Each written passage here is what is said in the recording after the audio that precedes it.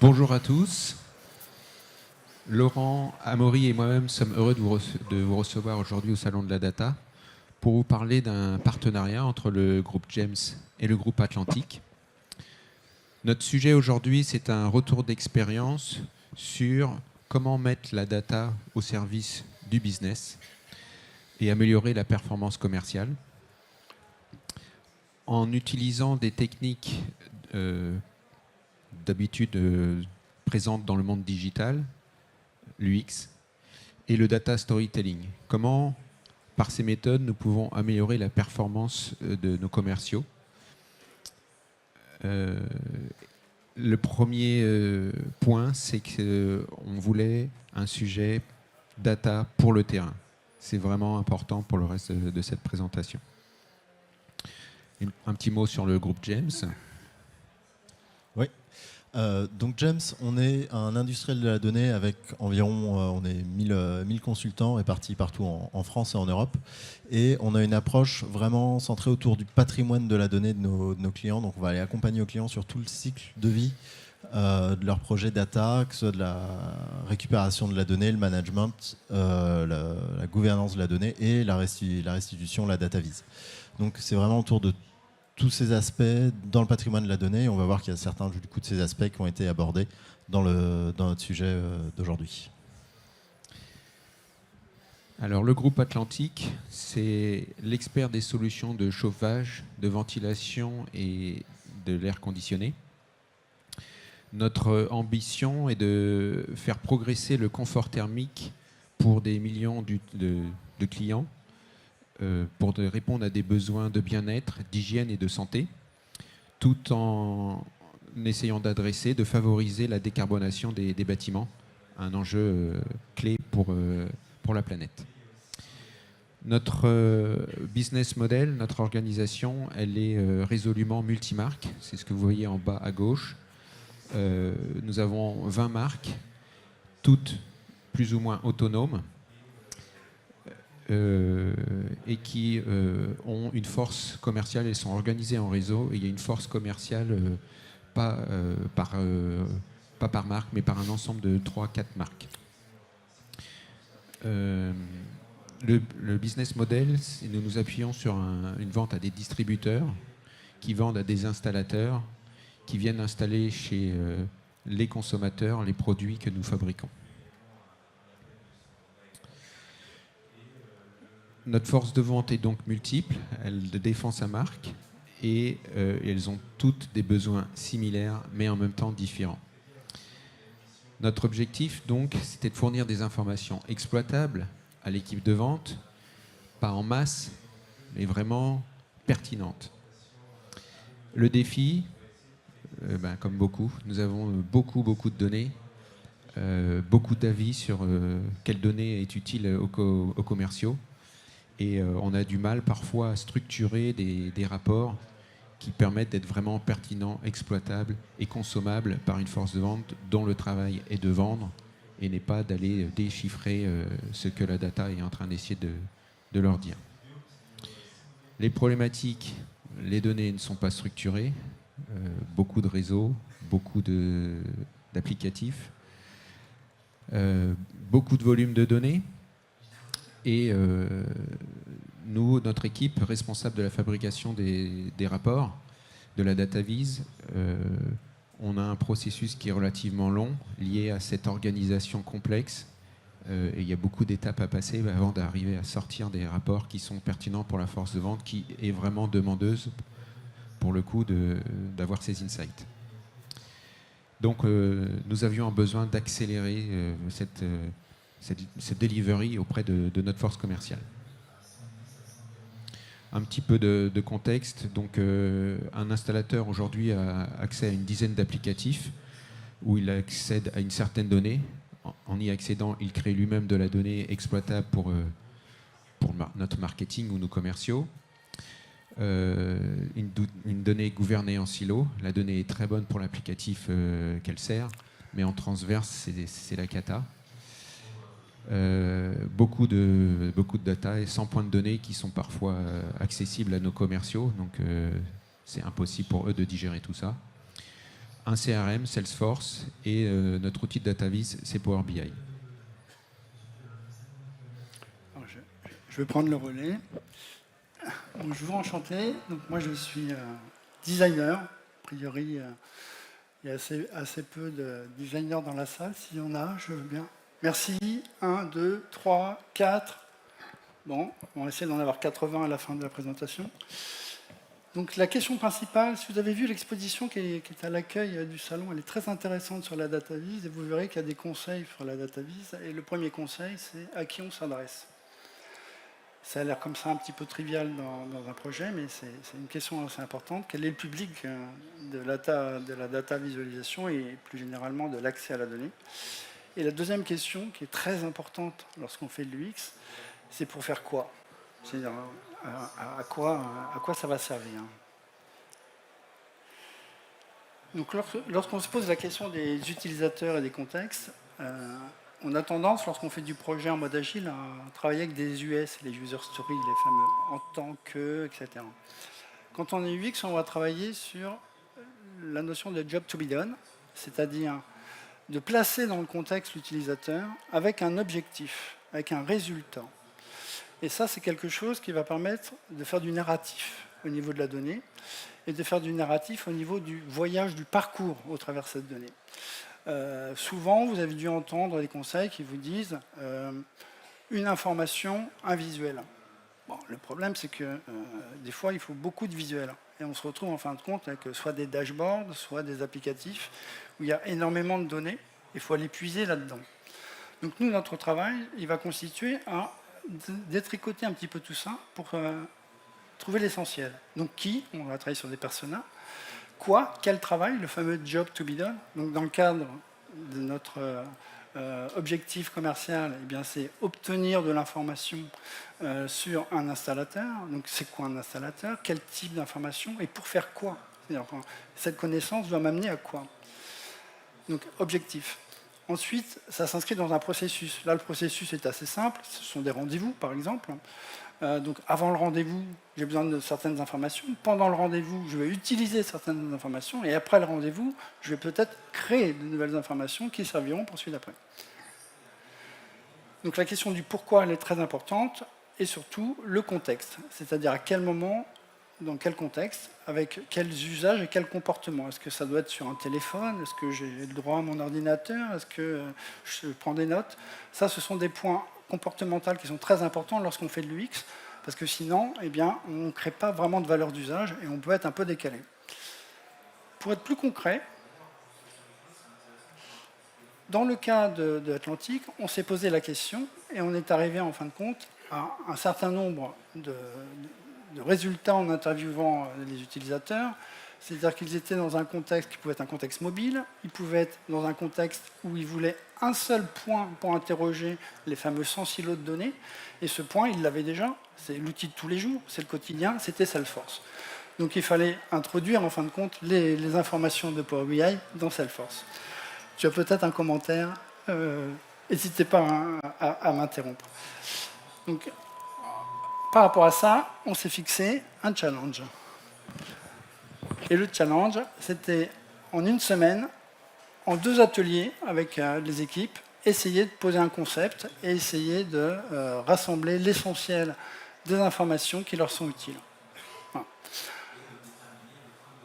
En une semaine, c'est pas beaucoup. Donc le point qui était important, c'était de travailler en équipe, c'est-à-dire on a créé en fait une team. Côté James, donc data analyst, Amaury. UX design, c'était moi.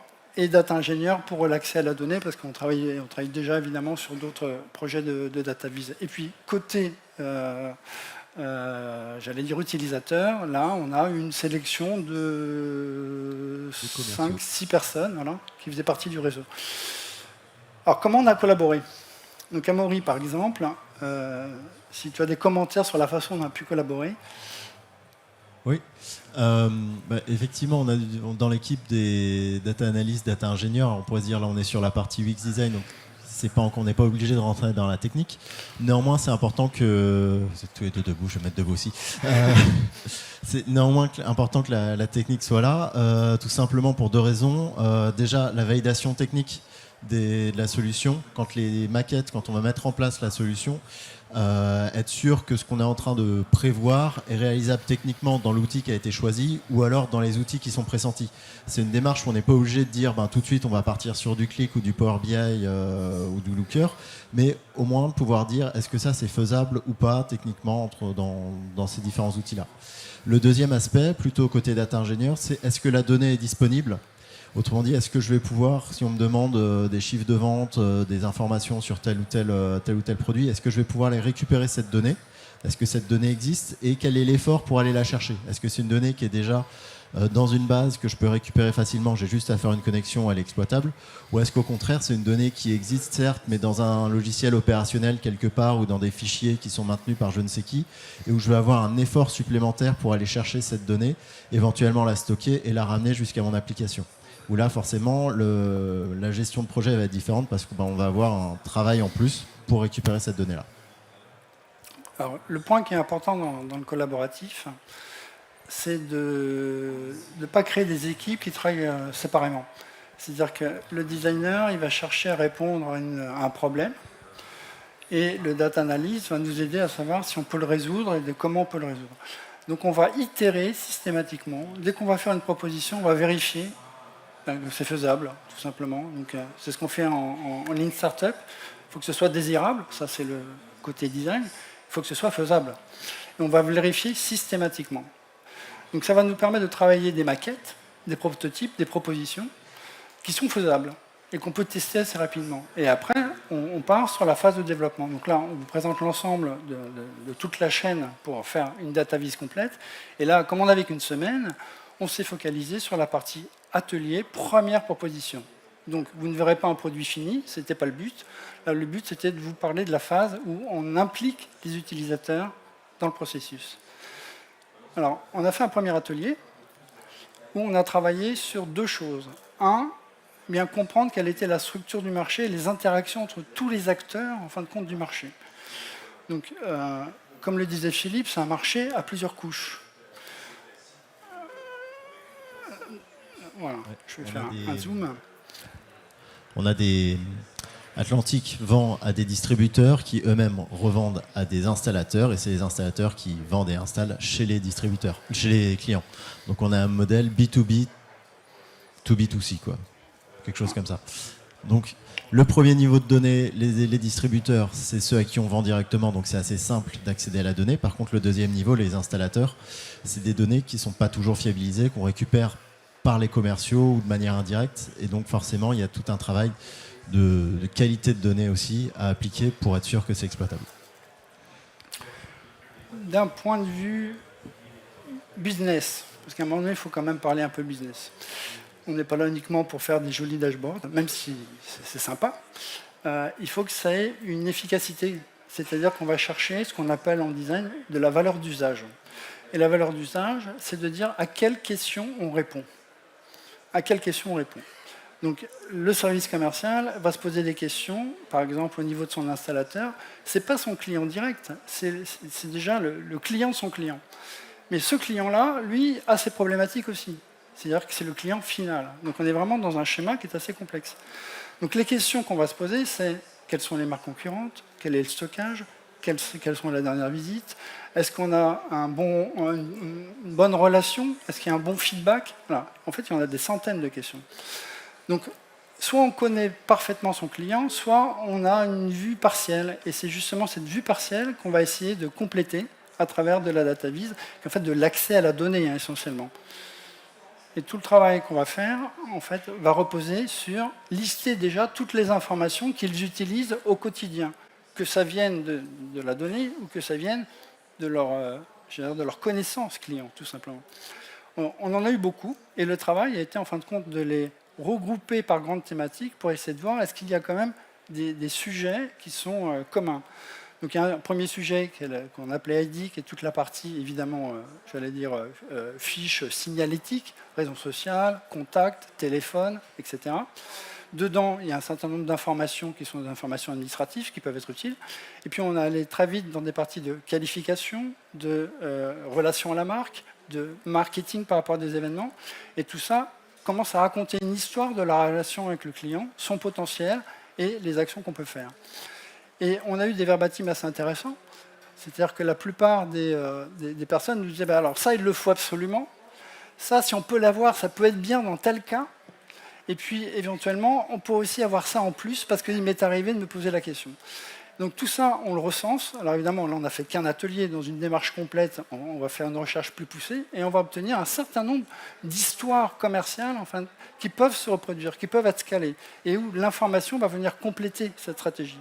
Et c'est ça qu'on visait. Un point qui est important, je vais m'attarder juste 10 secondes dessus parce que ça court.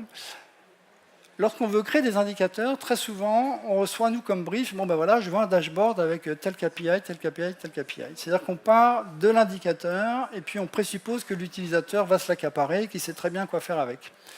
Le problème, c'est que ça fonctionne avec des gens qui sont là depuis des années, qui manipulent bien ces indicateurs. Ils ne sont souvent pas expliqués, ils ne sont pas mis dans un contexte, ils ne sont pas contextualisés. Donc, ils sont utilisés, mais assez peu en fin de compte, et souvent on en met de plus en plus en disant bon ben il y en a bien qui va être utile.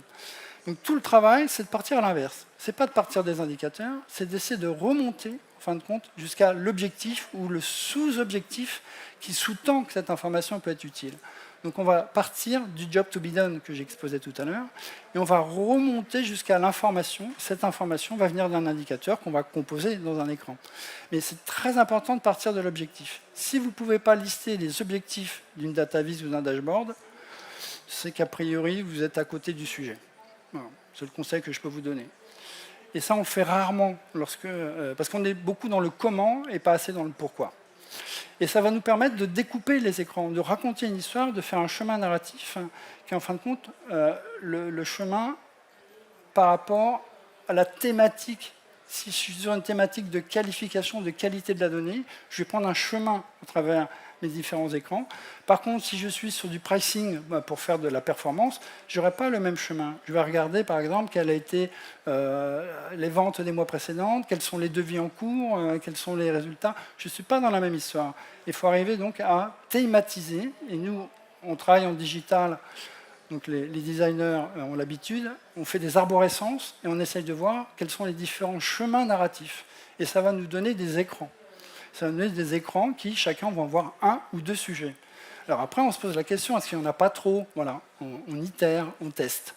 Et ça, c'est le point essentiel, en fin de compte, de l'apport du design à la data vise, c'est-à-dire que c'est comme pour un site web, c'est-à-dire que toutes les pages ne seront pas vues, c'est pas grave, c'est pas le but. On ne cherche pas la performance du nombre de pages vues. C'est simplement en combien de temps on a fourni le service qui est donné l'information qui était demandée. Et ça se teste. Donc on va prendre un commercial, on va lui dire ben voilà, tu as un rendez-vous demain, tu ne connais pas ton client, je te donne, prends le temps qu'il faut, et on va observer enfin, où il va, qu'est-ce qu'il note, et on va pouvoir ainsi vérifier si on a répondu ou pas aux besoins.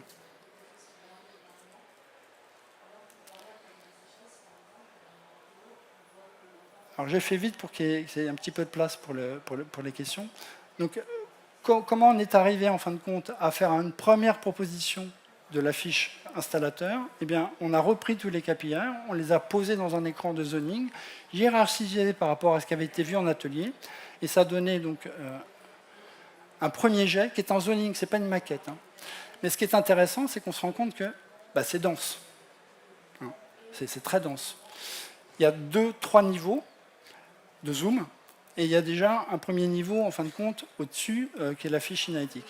Là, il reste encore du travail. Il reste encore énormément de travail, parce qu'on n'a pas fait la couche graphique, c'est-à-dire de choisir quelle est l'information. Est-ce qu'on la présente par rapport à un historique? Est-ce qu'on la présente par rapport à un objectif? Ça sera la représentation purement graphique.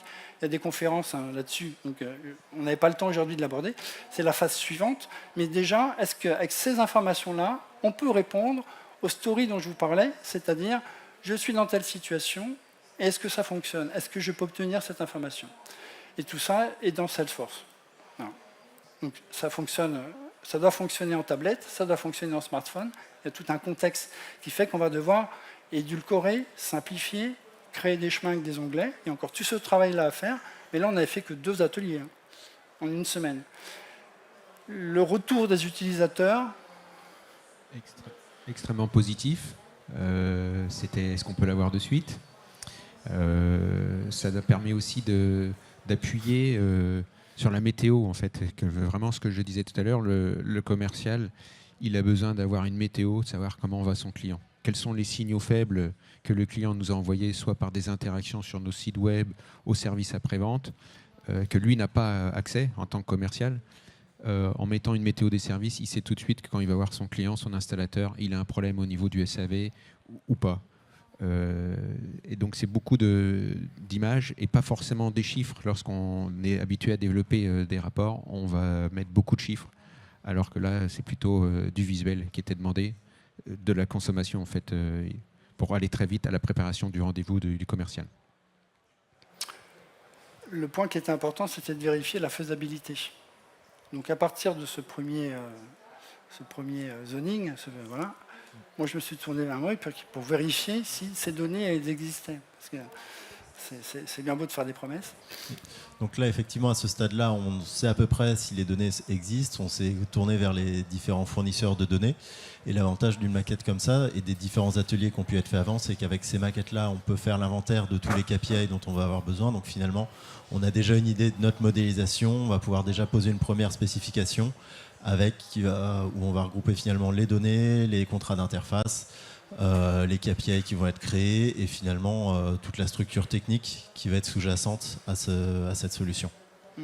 Sachant que pour certaines données, là on s'est contenté de dire par exemple chiffre d'affaires, les questions qu'on s'est posées, d'abord il y a plusieurs sources de données, donc il fallait les agréger. Ensuite elles ne sont pas à la même fréquence, donc il fallait les remettre dans un même espace-temps parce qu'on peut faire des comparatifs dans le temps. Et la granularité, en fin de compte, jusqu'où on peut aller au niveau de détail. Moi, j'ai besoin de cette information en tant que designer pour faire après des propositions d'interface, justement, de comment on va la présenter en fonction de tel ou tel scénario. Et c'est à ce stade-là, en fin de compte, où on travaille justement avec l'équipe data pour savoir qu'est-ce qu'on va pouvoir proposer comme solution derrière de DataVis. Alors que souvent, on fait l'inverse. On dit, tiens, là, on va mettre un graphique en bas, là, on va mettre un histogramme, là, on va mettre un donut.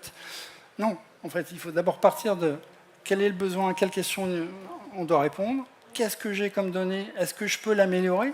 Et c'est une question qui est extrêmement importante. Est-ce que je peux l'enrichir, peut-être la croiser avec une autre donnée, et faire que 2 KPI vont faire qu'une seule représentation, mais qui parle. Là, le travail va commencer sur la partie choix de la DataVis. Mais déjà, on a posé l'essentiel, c'est-à-dire les utilisateurs, leurs besoins, à quelles questions on répond, et qu'est-ce qu'on a comme matériaux disponibles pour travailler. C'était l'objet de cette conférence sur l'apport du design. Donc, on a pris là qu'un petit focus. Mais si vous revenez, on vous présentera tout le process en fin de compte. On est stand 33 sur d'autres propositions qu'on a pu avoir. Donc, en conclusion. Rapidement en conclusion, cette approche avec les utilisateurs impliqués dès le départ nous a permis vraiment de faire de l'agilité et proposer les premiers indicateurs très rapidement pour qu'ils soient utilisés et pouvoir capter tout de suite les retours. On n'a pas cherché à livrer l'ensemble, on a choisi quelques indicateurs et on est parti. Donc plus d'agilité, un gain de temps dans le delivery entre le moment où l'utilisateur va demander et le moment où il a accès à l'information, le cycle de développement est plus rapide. Et une meilleure communication entre les utilisateurs et ceux qui construisent. La suite, ça participe à l'amélioration de la culture data dans le groupe, qui est extrêmement chronophage. Mais c'est important de penser sa data dès le départ, à quoi elle va servir. Donc on a besoin de l'implication de tout le monde. Et la qualité de la data reste un sujet crucial.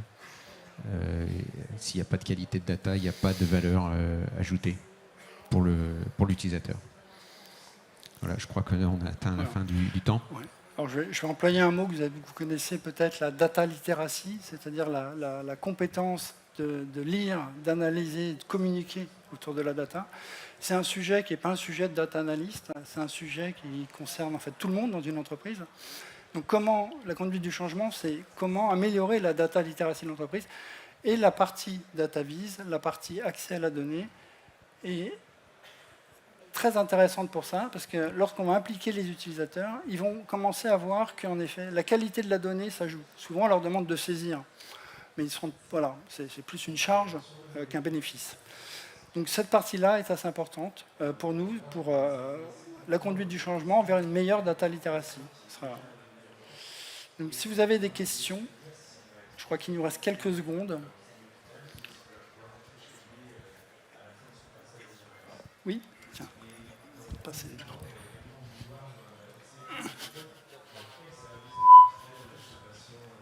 Vous avez une question? Non, on a le temps pour une question. Ah, pardon.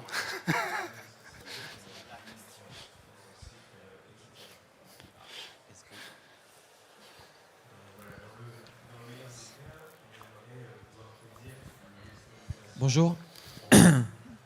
J'ai eu 2-3 minutes où je n'ai pas assisté à la conférence, mais au niveau du traitement de la donnée via l'IA, est-ce que vous avez ressenti le besoin de l'utiliser ou pas? Alors, je vais répondre que d'un point de vue utilisateur, non. C'est plus nous, c'est plus la direction qui souhaite utiliser ce nouvel outil. Mais dans un premier temps, notre utilisateur est très terre-à-terre, très opérationnel. Il n'est pas encore sur la phase IA. Voilà. Alors, d'un point de vue UX, moi je dirais, par exemple, si on parle de Power BI et de Copilot, on a fait un certain nombre de tests. Alors, voilà, il y a des choses, il y a des promesses intéressantes. La promesse, c'est en gros de donner plus de pouvoir à l'utilisateur. Voilà, c'est pas mal comme promesse. Il va pouvoir personnaliser, en fin de compte, son tableau de bord et l'information à partir du moment où il pose sa question assez facilement. C'est très bien, c'est une très belle promesse.